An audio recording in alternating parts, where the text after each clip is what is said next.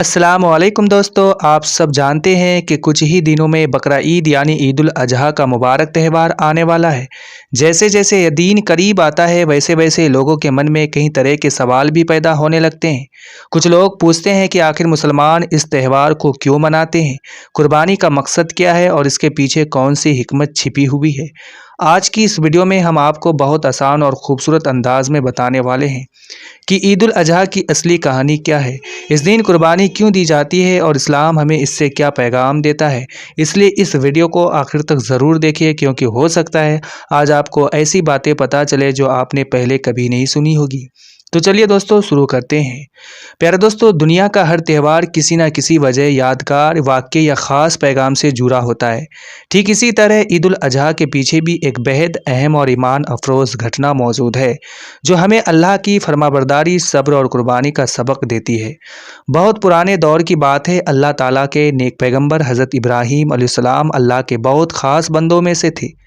اللہ تعالیٰ اپنے نیک بندوں کا امتحان بھی لیتا ہے تاکہ ان کی سچی محبت اور وفاداری دنیا کے سامنے ظاہر ہو سکے۔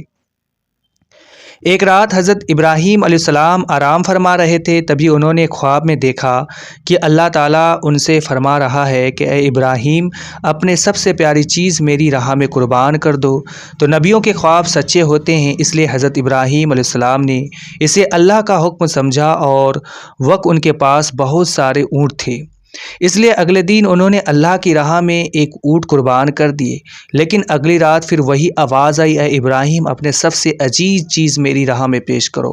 اب حضرت ابراہیم علیہ السلام گہری سوچ میں پڑ گئے۔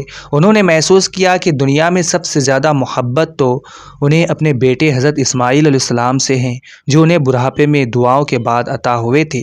یہ بہت بڑا امتحان تھا، ایک طرف بیٹے کی محبت، دوسری طرف اللہ کا حکم۔ لیکن حضرت ابراہیم علیہ السلام نے اللہ کی رضا کو سب سے اوپر رکھا۔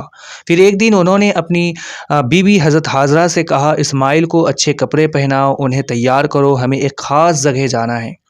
یہیں سے شروع ہوتا ہے وہ واقعہ جس نے قربانی کو ہمیشہ کے لیے عید الاضحیٰ کی پہچان بنا دیا۔ یہ سن کر حضرت حاجرہ بہت خوش ہوئی اور انہوں نے اپنے بیٹے حضرت اسماعیل علیہ السلام کو بڑے پیار اور محبت سے تیار کر دیا۔ پھر جب حضرت ابراہیم علیہ السلام اپنے بیٹے حضرت اسماعیل کو ساتھ لے کر سفر کے لیے روانہ ہوئے تو راستے میں شیطان نے لوگوں کے دلوں میں شک اور ڈر پیدا کرنے کی کوشش کی۔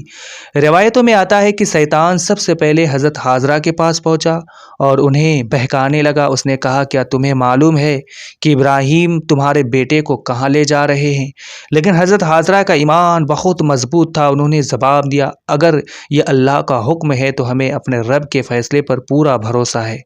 جب شیطان نے دیکھا کہ یہاں اس کی بات کا اثر نہیں ہوا تو وہ حضرت اسماعیل علیہ السلام کے پاس گیا اور انہیں ڈرانے کی کوشش کرنے لگا، مگر حضرت اسماعیل علیہ السلام نے بھی پوری صبر اور یقین کے ساتھ کہا، اگر اللہ کی رضا اسی میں ہے تو میں اس کے ہر فیصلے پر راضی ہوں۔ اس کے بعد شیطان حضرت ابراہیم علیہ السلام کے پاس پہنچا اور انہیں طرح طرح کے خیالوں میں ڈالنے لگا، لیکن اللہ کے نیک پیغمبر نے اس کی باتوں پر دھیان نہیں دیا اور اسے ٹھکرا دیا۔ اسی گھٹنا کی یاد میں آج بھی حج کے دوران جمرات پر کنکری مارنے کی رسم ادا کی جاتی ہے۔ دوستو، یہ صرف ایک کہانی نہیں تھی بلکہ اللہ کی راہ میں سچی محبت، بھروسے اور فرمانبرداری کا بہت بڑا امتحان تھا۔ آگے چل کر حضرت ابراہیم علیہ السلام نے اپنے بیٹے حضرت اسماعیل علیہ السلام سے کہا، بیٹا، میں نے خواب میں دیکھا ہے کہ میں تمہیں اللہ کی راہ میں قربان کر رہا ہوں۔ یہ سن کر حضرت اسماعیل علیہ السلام بڑے صبر اور ادب کے ساتھ جواب دیا، ابا جان، آپ کو جو حکم ملا اسے پورا کیجیے، انشاءاللہ آپ مجھے صبر کرنے والوں میں پائیں گے۔ اس کے بعد حضرت ابراہیم علیہ السلام اللہ کا حکم پورا کرنے کے لیے تیار ہو گئے، لیکن جیسے انہوں نے اپنی نیت اور فرمانبرداری ثابت کی، اللہ تعالیٰ نے اپنے رحمت فرمائی۔ اللہ نے حضرت جبرائیل علیہ السلام کو جنت سے ایک ڈنبا لے کر بھیجا۔